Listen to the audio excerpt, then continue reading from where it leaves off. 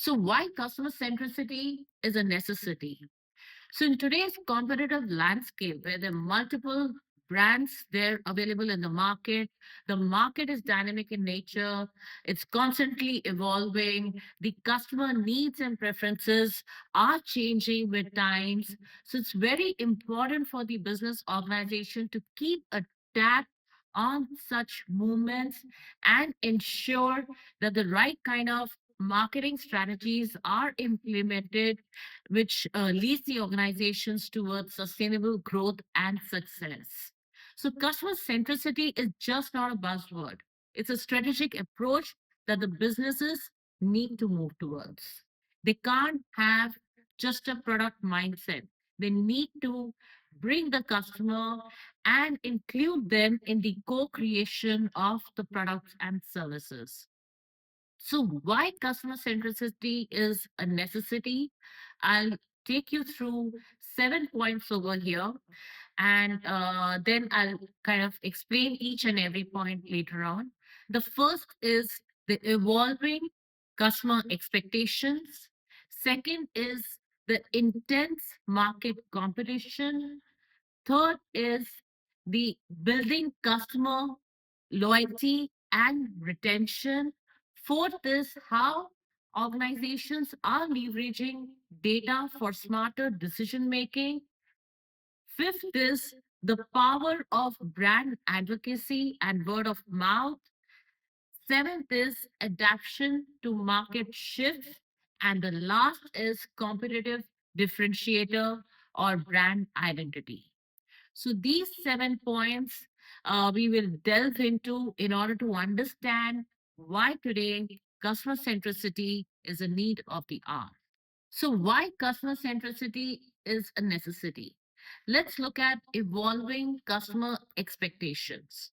Now, consumer is knowledgeable, consumer is informed, consumer can go to the market or can sit at home and compare the different brands, read the reviews, read the feedback which is online, go through the competition offerings, make comparisons, and make informed decisions for themselves.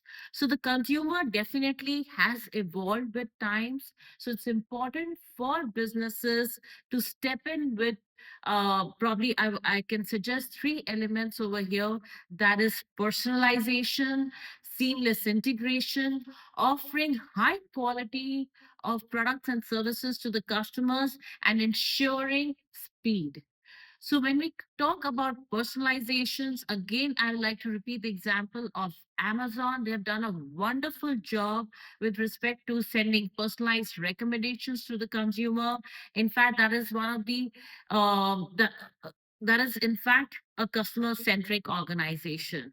So they go through a purchasing behavior, they go through a browsing pattern, and accordingly make recommendations.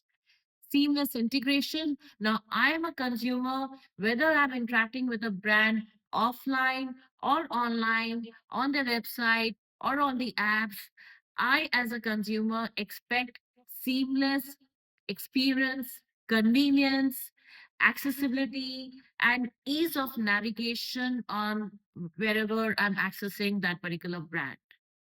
I, as a consumer, I don't want to compromise on quality. There's dearth of competition brands available in the market. I can switch brands if I have to. So high quality is very important, and along with high quality, I think the fast delivery really gives an edge to the brand. So Domino's, in fact, this happened to be their USP, that they ensured good quality pizzas, hot pizzas coming at your doorstep within 30 minutes. The second point I would like to take up is intense market competition. Enough players in the market, so how you as a brand can cut through, how you as a brand can make yourself visible in the market, what exactly is your USP, or what exactly is your core competency. So here I will bring in uh, 2 points, as in like brand loyalty and trust, and the second happens to be customer retention. Now, brand loyalty and trust, how does it come by? It comes with, let's say, a brand has been established, has been existing in the market for so many years. There is credibility, there is a reputation of that particular brand. So I, as a consumer, when I go to the market and I want to choose among the different alternatives of, let's say, toothpaste available to me, I'll probably go for Colgate because it's a brand which is established, has been there in existence for so many years. And I know at the back of my mind that's going to be is going to be offering me good quality toothpaste because I have trust in that brand. The second point is customer retention. Now, retention is more cost effective than actually acquiring the customers. So, what kind of retention strategies or CRM strategies do brands have to implement in order to hold on to their customers or in order to upgrade their customers? Like I mentioned, I drive in a Honda car if I want to. If now in Delhi, you have this rule of 15 years for petrol cars and 10 years for diesel cars. Now, if I have to, if my car has done those many years and I need to change, maybe Honda can just approach me in order to retain me with the same brand, right? The third point is building customer loyalty and retention. So here I'll bring in the term customer lifetime value. Now, we are all consumers in the marketplace. We love to feel valued. We love when a brand understands our needs and preferences. We don't want to remind them every time. So, like I mentioned, I'm an avid shopper on Blinkit. I have a smart basket on Blinkit. I just go and just straight away reorder every week. I don't want to remind Blinkit every time that, or make changes. Or even Starbucks. When I walk into a Starbucks, my espresso coffee is given to me with a beautiful smile. So I, as a consumer, like to feel valued, like to feel empowered. I don't want to remind the brand about or keep reminding the brand about my preferences. So I'll introduce you to the term customer lifetime value, which is basically the duration of the time or the period of time that the customer stays with the brand. So when a customer stays with a brand, the customer is expected to make repeat purchases. So this leads to enhanced profitability and increased revenue. The second point is brand advocacy and word of mouth. Now, let's go through the customer ladder. First, I try the product, right? I go to the market. Let's say I go to a bakery shop, and there's somebody standing over there with probably a tray of different dips which are available in the market. And the person comes to me and requests me to try the different dips which has been introduced in that particular bakery shop. I try the product, I like it, and I say, okay, let's go and purchase it. I purchase the product. Now, over a weekend, let's say I've called my friends over, my family over for a small dinner at my place. So I remember that at so and so shop, I tasted this particular dip, which was very unique and I liked it. So I go back to the shop and I purchase it again. And then every time we feel like my family feels like enjoying a small kind of a meal, or every time I have my friends over, I'll again keep going back to the shop and keep picking up the product. So I become a repeat purchaser. Now, when I'm sitting in a group of friends and I say, hey, I tried this product at so and so shop and I really liked it, maybe you should try. So now I am kind of recommending my friends and family to go and try the product. So automatically there's word of mouth and I become a brand advocate, right? So I am basically, there is no connect with the brand, but I'm basically promoting that particular brand in my own different way. So that is the journey of a customer, or it's called as a customer ladder with that particular brand. You try a product, you purchase a product, you like it, you become a repeat purchaser, you become a loyal customer, and then automatically you become a brand advocate. Then we move on to understanding how data can be used in order to make smarter decision making, right? So, Netflix here is a great example. Again, having a customer centric culture.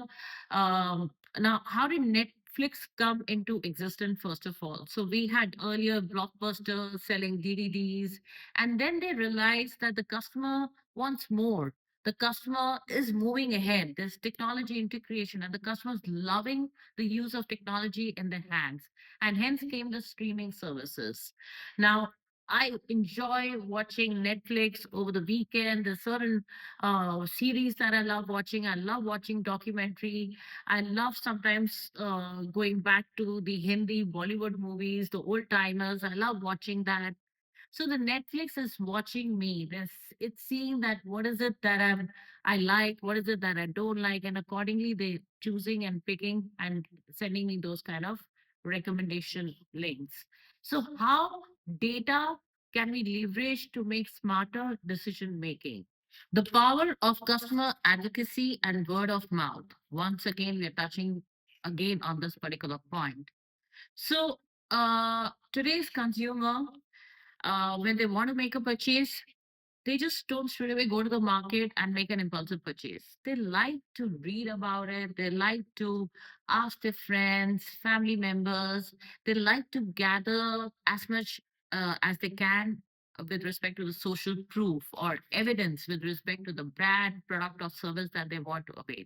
And this is especially in the case of specialty goods, luxury goods, goods which are slightly expensive and need some amount of research. I am not saying that for the convenience good, but yes, for shopping, specialty, and unsought product, the consumers do go through the reviews, the feedback, or some kind of a social evidence with respect to that product.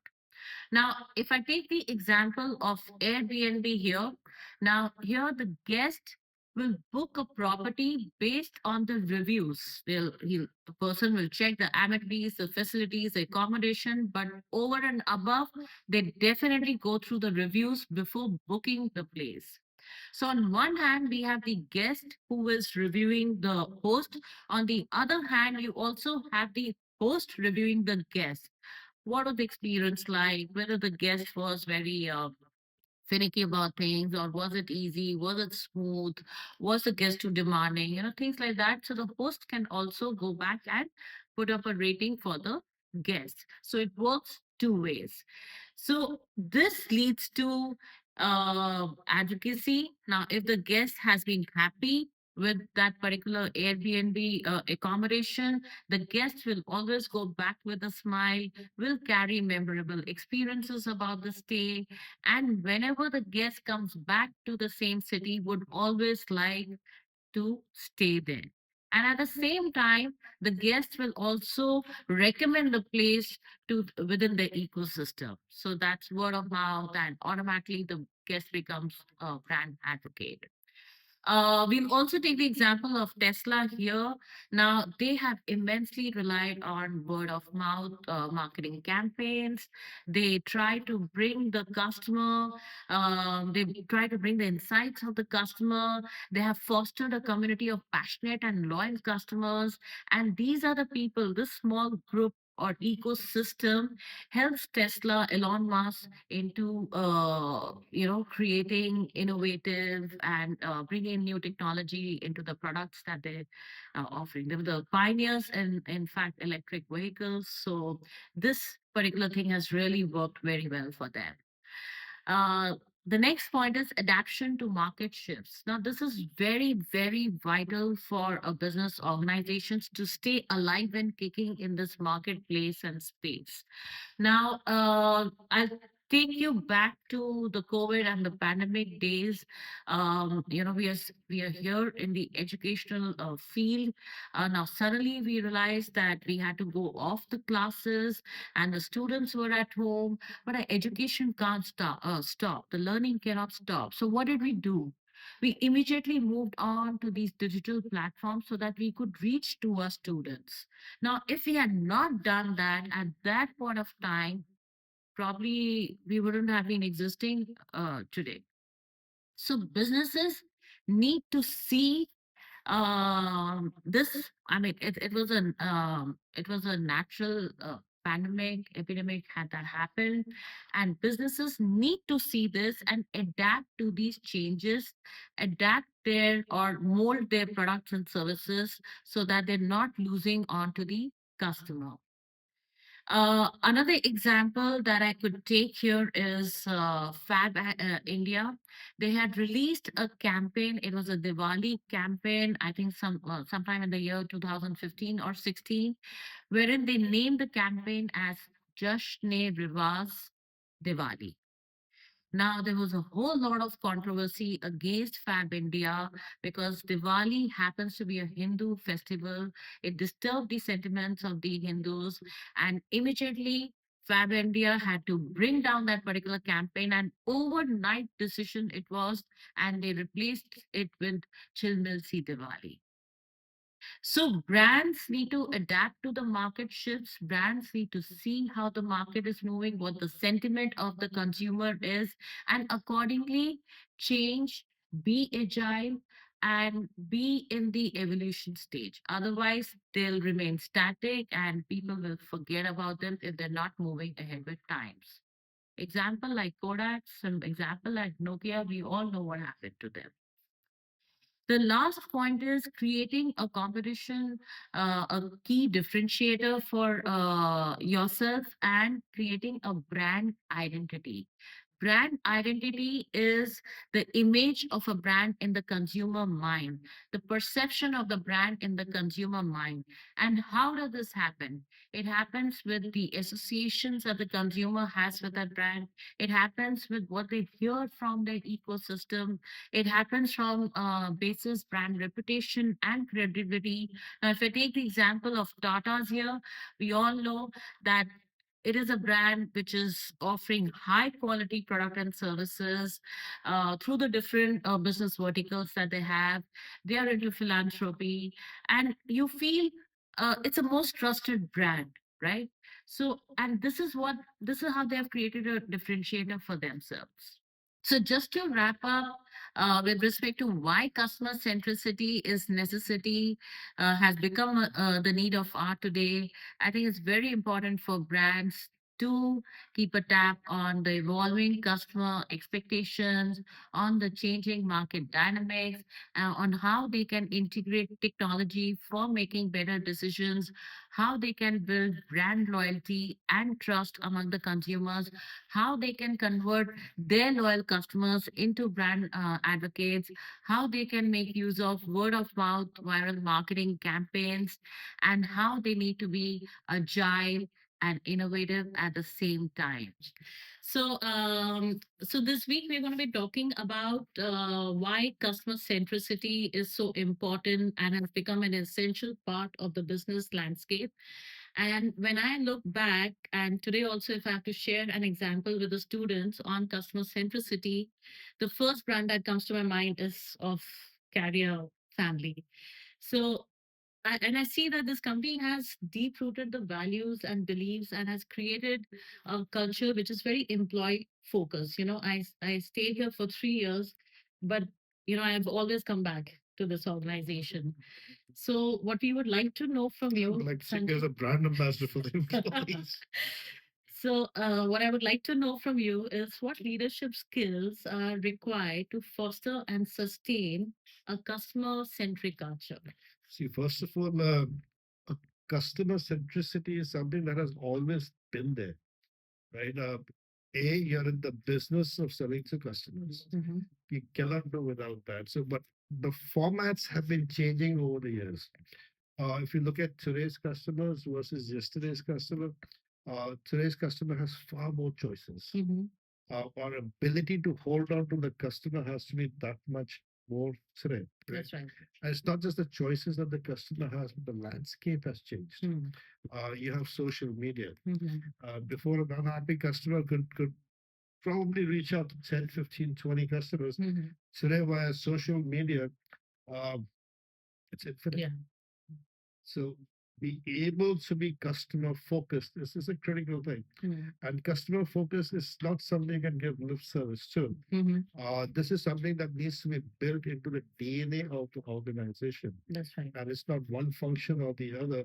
This is where the full value chain of the organization comes into play. Right. So everything starting from the product part of it, Yeah. right? So from the product to the R&D side of it, you have to have the customer in mind. You have to do your research with the customer. Moving on to the factory, the quality aspects have to be kept over there. The service aspects of it, so the full value chain has to keep the customer in mind. As to how do we stay focused on our customers' requirements. So it's the DNA of the organization that needs to be looked at from That's that right. aspect. So At one point of time, I remember when I was working, it was probably the sales and the marketing which was the face of the organization, and there was a little bit of a gap with the other departments. The kind of struggles we used to have with the finance and the production and the logistics. But now I think all these departments need to be very much aligned towards the common objective of the organization, which is keeping the customer as a focal point. absolutely, look at today's reality, right? The speed at which the country is growing, the speed at which the new customers coming in, the organization needs to be aligned. Today, the market, this year, the market grew at a rate of something like 30%. And a large percentage of that growth came from the tier two and tier three towns. So with the format of the customer changing, the organization needs to be on top of it. So it's no longer just a marketing or a sales part of it or a service part of it. Something as basic as what sales will lead that side and service will lead that side. The organization as a whole. So we mandate even the R&D person and the factory manufacturing people at least once a quarter they need to visit retailers. The retailers are the first customers to us. To be on the shop floor, to meet the customers, to look at what's happening over there. So at every level in the organization, it's important to have that. So Yeah, yes, that's right. things that marketing will always need. Yeah, yeah. So retail is the fag end of the value chain. So that is the direct connect with the customer. So that's very important for No, no, no. no. While retail is the fag end of the value chain, the retail is also the beginning of the customer piece. Of course. So the first customer to us Yeah. is the channel. Yes, of course. Yes. It's the channel. So it's extremely important to be yes to be channel centric. So that's the first customer you have, and from there it goes to the ultimate customer. So if your first customer is not buying into your belief, it cannot reach out to the last customer. So channel centricity is an extremely important part of customer centricity. Perfect. So I guess thank you so much, Right. Sanjay. So I think this was great. Yeah, that's all right. So I think we've got some good insights on customer centricity, on being a customer centric organization. So thank you once again, it's a Sanjay. pleasure. If you anytime drop in, you want any support of the students, let us know. Thank you. It's always good to have young minds come across. 100%. That's great. Thank you.